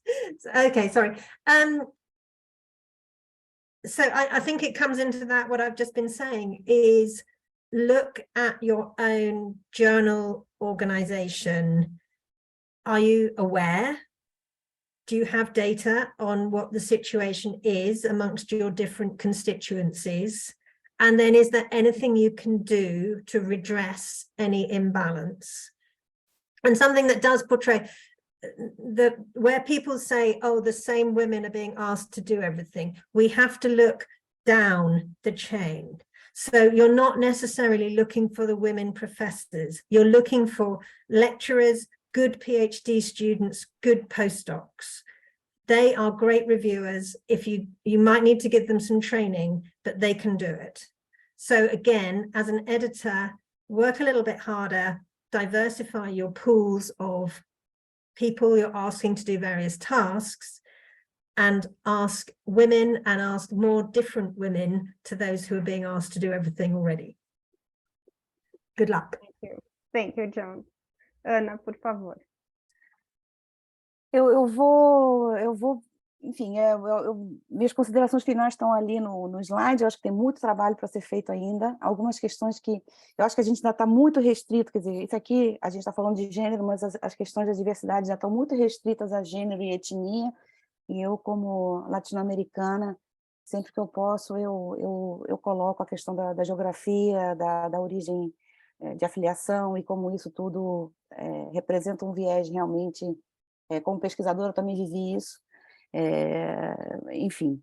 E um pouco para responder a pergunta eu me esqueci o nome da pessoa que fez a última pergunta, mas uma coisa é a publicação, né? Você é bióloga, está no laboratório de biodiversidade, e a jornada da pesquisadora dentro do laboratório ainda é outra história, outra conversa. Na área de biologia, dependendo da área, pode ser bastante masculino. Eu, por exemplo, sempre trabalhei com homens, a minha área é insetos, então a gente ia para o campo e eram sempre homens, mas a minha orientadora de doutorado foi uma mulher, e eu acho que faz uma diferença você ser dirigida por uma mulher ou por um homem, e eu acho que eu também, a minha experiência remonta a 20 anos atrás, eu acho que as coisas estão mudando, mas eu acho também que a jornada da pesquisadora dentro da universidade, no laboratório, é uma outra conversa, mas tem muito a ser feito ainda também. Então, seria isso. Obrigada. Agradecer mais uma vez às nossas palestrantes pelas excelentes apresentações, aos participantes, com seus comentários, com as perguntas, e agora nós teremos um sorteio de 3 kits oferecidos pela BEC. Eu vou pedir, então, a ajuda da Natasha e do Roberto, que estão aqui. Professor Sigmar. Boa tarde, Leila, boa tarde a todos. Em primeiro lugar, eu queria dizer da minha satisfação de a BEC estar iniciando esse ciclo de webinários, tanto da BEC como do Cielo, com uma atividade em conjunta, com um tema tão importante e com 3 pessoas a quem eu admiro muito, né? A Joan, a Ana e a Leila. São pessoas extremamente competentes. E eu queria dizer para vocês que no encontro da Academia Brasileira de Ciências com a ministra Luciana Santos, da Ciência e Tecnologia, ela adiantou que no dia 8, o presidente Lula irá fazer um pronunciamento onde ele vai anunciar a política de governo para a valorização da mulher na ciência e tecnologia. Vamos aguardar, né? Então, esse webinário caiu exatamente no período correto, como nós havíamos planejado. Então, Leila, eu só volto para você, para que a gente faça... e agradecer especialmente, né, a equipe do Cielo, a Alex, a Carolina, a equipe da BEC, a Natasha, o Roberto, que deram suporte para a gente fazer esse evento. Obrigada pelo professor Sigmar, e também nos presentear com essa ótima notícia. Vamos aguardar, então, aí quarta-feira.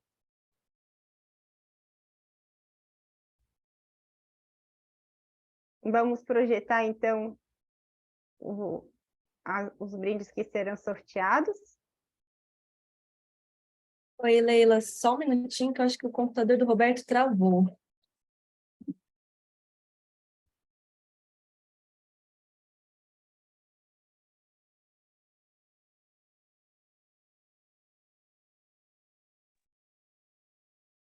Ele já está voltando já. Bom, então, enquanto isso, eu vou dar os recados finais, né? Conforme solicitado pela equipe do Cielo, que esse webinar ele foi gravado e ele vai ser disponibilizado no canal do Cielo no YouTube. Então, não somente quem chegou atrasado, né, vai poder assistir, mas também vai ser poder ser compartilhado com toda a comunidade Cielo que tem interesse em assistir a esse evento.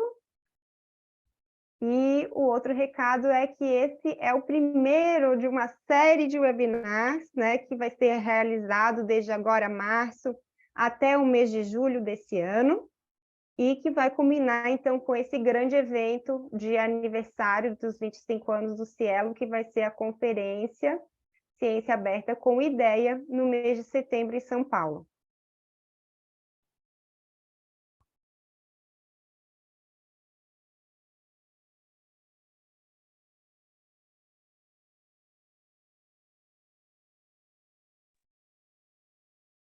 Oi, Roberto, tenta compartilhar de novo.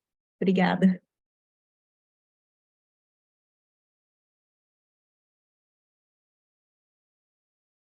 Então, o primeiro sorteio serão 2 livros, Memórias Críticas dos Eventos da ABEC Brasil.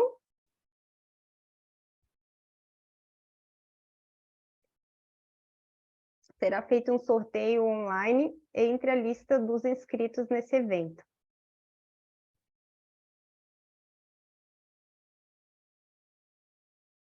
A ganhadora foi, então, Juliana Soares Lima. Parabéns.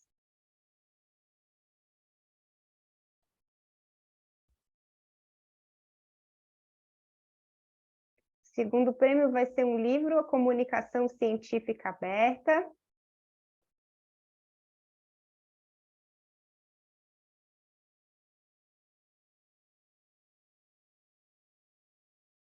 E a ganhadora foi Laura Machado. Parabéns, Laura.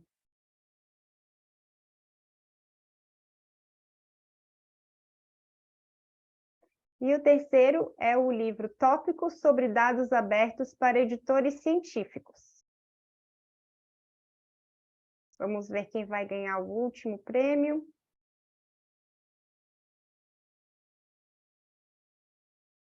Lilian Caló da Vireme. Parabéns, Lilian. Um abraço.